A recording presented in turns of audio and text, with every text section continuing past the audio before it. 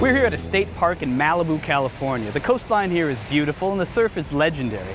But due to the state's financial crisis, this park, and indeed the entire California state park system, is in peril. Well, California state parks are facing some massive challenges right now. They have $1 billion in deferred maintenance, meaning projects that they need, but they don't have money to fund. In addition, you've got the fiscal challenges which have prompted the state parks to shut or reduce services at 150 state parks over the last year. So California state parks, like many out there, are hurting right now, and they're looking for new sources of revenue. When public agencies go looking for new sources of revenue, they typically end up calling for an increase in taxes, which is precisely what Prop 21 does. Prop 21 would essentially establish a new annual $18 fee that would get tacked on to vehicle registrations that would be dedicated to state parks.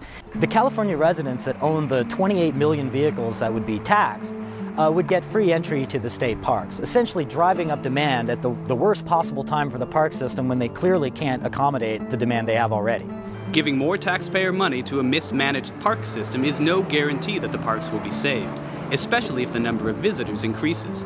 But there's a more fundamental problem with Prop 21. I think most people in California would say that it's unfair to tax their vehicle, which has nothing to do with state parks, to essentially provide a subsidy for the folks that do happen to use state parks. So what's the alternative? Most people probably don't realize it, but many public parks at all levels of government are run successfully by private sector operators. We went to Sedona, Arizona and spoke with Warren Meyer, the owner of a company called Recreation Resource Management. We run about 150 parks. Some of those are campgrounds, some are what we call day use areas, which is like a picnic area, like here at Crescentman Ranch. And our biggest client is the U.S. Forest Service, which is also the largest recreation provider, public recreation provider in the world. This is not something new. This is not something untested. It's happening literally next door to many state parks that are suffering right now.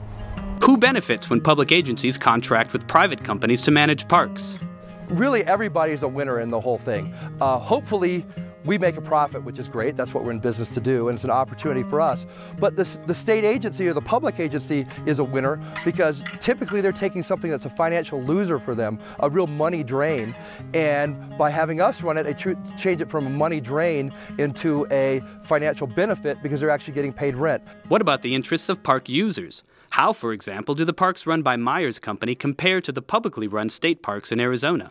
Last year, 3 of the public campgrounds we run were in the top 5 of the rankings, and none of the top 10 were from Arizona state parks. Privately run parks are often better managed than publicly run parks because parks run by the government operate within a very different incentive structure. They don't really see the user fees. They don't get to take benefit of that. A lot of that gets dumped right into the treasury. And so they don't think of it as, okay, if we have more visitors, it's more fees, which allows us to spend more money or to be better on our budget. They think, because they have just an expense budget, they think of every incremental visitor as a problem, as an expense. A former park ranger in California, Kelly Moffat has worked for Meyer's company for the past 10 years. We just don't have the restrictions that keep us caught up in time delays that sometimes can work to the detriment of the resource, and we can react faster, and we can do so under the supervision and the evaluating eyes of our public partners. So I think that's the perfect relationship. I've seen it work really well. Okay, so privately managed parks are often better run than publicly run parks, and they generate money for the government rather than requiring a subsidy. So why isn't there more support for privately managed parks? One of the first things I always say is you're going to build a McDonald's in front of Old Faithful. I hear that all the time. You're going to build condos, you're going to build a golf course. If you take a walk around these facilities, you'll see them very natural. That's because in my contracts, the tone and character of the park is set by the agency, and it's my job, and it's a big part of the bid I make, is I explain to them that I understand the tone and character they want to maintain in the park and express my commitment, and it's expressed in writing in the contract, to maintain that character. In fact, I can't put 2 boards together with a nail without approval from the public authority. Other skeptics of public-private partnerships are worried that a focus on the bottom line will inevitably result in jacked up prices. There was a meeting about public parks right here in Sedona, and it was brought up that the private company is going to raise prices because they're for-profit, greedy folks. I actually dropped fees this year. This used to be a $10 visitation here. It's going to be $9 next year. Over at our adjacent state park, over at Slide Rock Park, the state-run facility, the state park, actually raised its fees this year from $10 to $20. So that's the real irony of it, is the private companies out here dropping fees while the public agency is raising them. Another concern people often have is that private companies won't have a sufficiently long-term view. It always seems logical somehow for private management of parks that I'm not going to spend any money to keep the place nice. But my revenues are entirely dependent on people showing up every day. Stores and gas stations and everybody else, they rejuvenate those places every 20 years. They keep them fixed up because they want people coming back.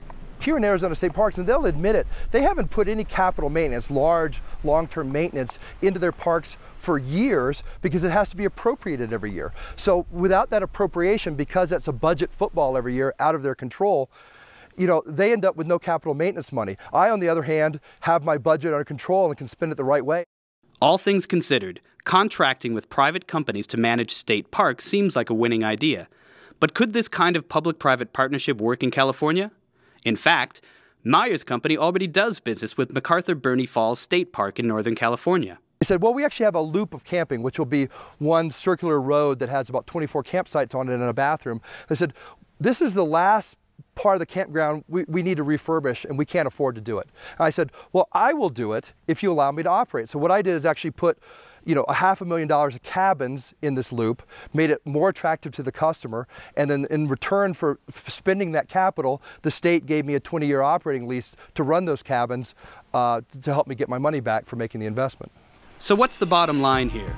Instead of imposing a sneaky new tax on drivers in California, what policymakers should be doing is relying more on public-private partnerships and private recreation management companies that can take a revenue-losing state park and actually turn it into a revenue-generating asset for the state. Everyone likes parks, everyone likes these natural areas, and we all like to appreciate them.